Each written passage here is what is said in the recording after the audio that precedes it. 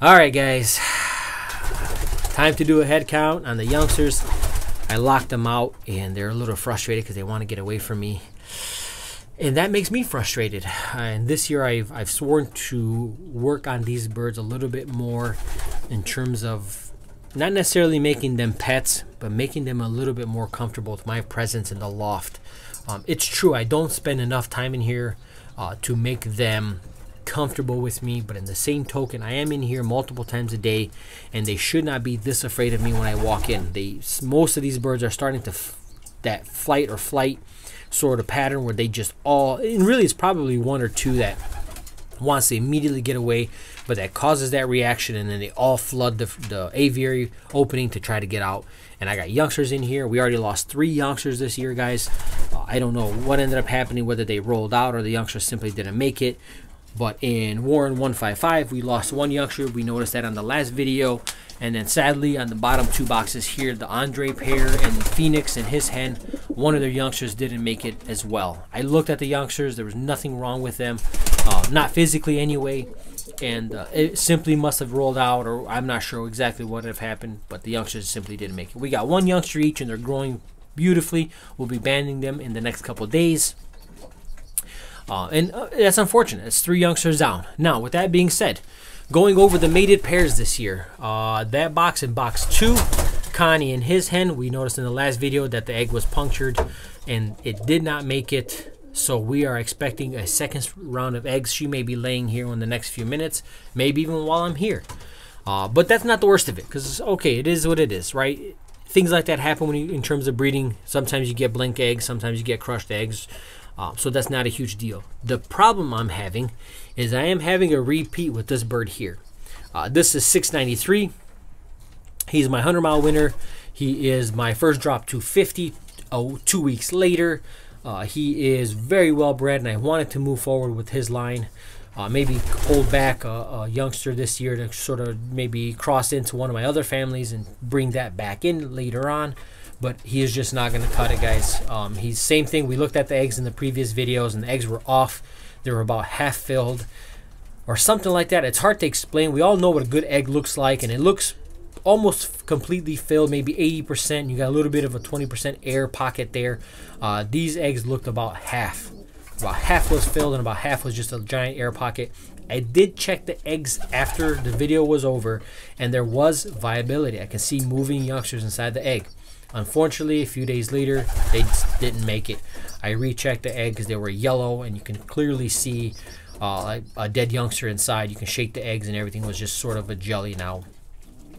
So, checking on my records from last season, this cock was notorious for the same sort of scenario. We bred 4 rounds out of him. We only got 1 youngster, and that youngster died in the bowl. So I assumed, I blamed myself, I mean to say. I assumed I missed something because I was in and out of the hospital with my little one, and I didn't spend the time needed with the birds. But I can guarantee you, I can assure you that this year I did not miss anything. These birds got the best of everything. Feed, grain, I mean, every supplement that I have, you know, within reason. I wasn't flooding them. I don't want to make it seem like every single day I was giving them something. But I didn't skip a beat in terms of what they needed for breeding, what I've done in the past without any issues. And still I'm having the same issue. I even gave him a different hen this year, and same issue. The eggs just simply don't make it, or if they do give me a viable youngster, that youngster dies only a week after it hatches. So unfortunately, he's on the chopping block. It is what it is, guys. We have to keep moving forward. As much as I like the bird, as much as I want to keep him, if he's not doing the job, I have birds that will do the job and will fill that box without question. So he's unfortunately going to be gone unless there's some sort of miracle in the next few weeks, couple months. He's going to be out this year, and that sucks. But I think the biggest heartbreaker this year for me, and you notice he's not even in his box, he is in the box underneath, is Gingerbread Man. His eggs did not make it. I'm not sure exactly what happened. The eggs were both good. We checked them. I rechecked them. I was very minimalist when it comes to this pair. I didn't want to bother him too much. I didn't want to give him a reason to get off the nest or anything like that, because I really want to get something off of this pair, both to race and to hold back for next year. because I've handed off all his youngsters so far, and they've been doing super almost everywhere that I've here to not only, again, race, but maybe to hold back. And I don't like to hold back anything. I want to race every youngster that I get. But if we don't get a youngster in that time period, I will hold, maybe breed them throughout the summer and get some youngsters for the following year. I absolutely hate the term bred for stock, and I don't want to ever hand anything off that was bred for stock. I don't believe in it. You know, it's just not me, guys. There's a basket for a reason. Put those birds in the basket and send them down the road. All this bred for stock is simple nonsense. It's just a pigeon peddler trying to push birds down your throat off of the birds they spent tons of money on. They're just trying to recoup that money. But that's, you know, a topic for a different video. This one hurts the most, I think, because I was expecting a lot. I was hoping for a lot out of this pair here, both for racing and to move forward with his line. And unfortunately, they did not do it. No big deal. I'm not concerned, honestly, guys. I have him and I have her, so we can breed them for the remainder of the year if need to. So I'm not too concerned, but I was really hoping to get an early round of youngsters out of him. But it is what it is. So that gives us 4 pair without a single youngster, and then 3 youngsters down from the 3 boxes. So you guys do the math. 12 pair, 4 pair didn't give me a single youngster, and then we lost 3 babies in the nest. That gives us, what, 13 youngsters in here out of 12 pair.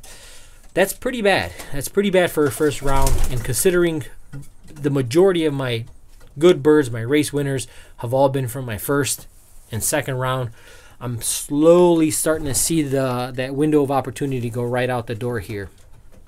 For lack of better words, really.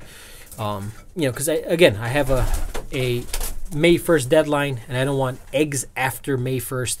If I have a youngster or 2 in the bowl a week away from weaning or something of that nature, that's fine. I don't want eggs after May 1st. And we're running out of time. We're already mid-February, so we got to figure something out with these birds. If not, well, it's going to be a fun selection process come the next few months here. But nonetheless, guys, I really got to get busy. I've been slacking this year. I think I've been kind of concerning myself more with making videos instead of keeping track of my birds, and I have not taken any notes whatsoever on these pigeons. And as I banded about 12 youngsters or 11 youngsters yesterday, I really got to get busy on this note taking. This year I'm going to take a different approach. I got these little pocket breeding notation books, whatever the case is. I like them a lot. They were at the feed mill, about $5. I've used my own methods in the past in a binder. Last year I used another sort of pocket book like this, but it was about twice as wide. So it really wasn't a pocket book, and it became sort of obnoxious. I really couldn't put it in my pocket. I really couldn't put it in a folder. So this year I got a nice little book. It does give a little bit of... get a close image of that with one hand, of course. Sorry, guys. You know, it leaves enough space to get everything you need in terms of which birds, which bands, and the remarks. So in this case, I'll add in that this bird had 2 eggs and they didn't make it, and move on to pair number 2. So at the end of the year, when I look through my records, I can say, hey, this guy's got to go, this guy stays, this guy's got to go. But I really need to get on track, guys. If you think it's not going to bite you in the ass, it definitely will. I would say almost every single year that I've bred birds, I've missed 1 or 2 youngsters. You know, I may tell myself, well, it's a red one, I'll remember who it's from. And then 5-6 months later, I sure as hell don't remember who it's from. And it literally happened every single year so far. So this year, I'm going to try to keep on track. I got a pen and pencil in my pocket, and we're going to get busy, guys. We'll see you on the next video. Again, it is what it is. We're down 4 pair. We're down 3 extra youngsters. That's round 1 for you. Well, hopefully round 2 will be a much better ratio of youngsters to breeders, and we'll go from there, guys.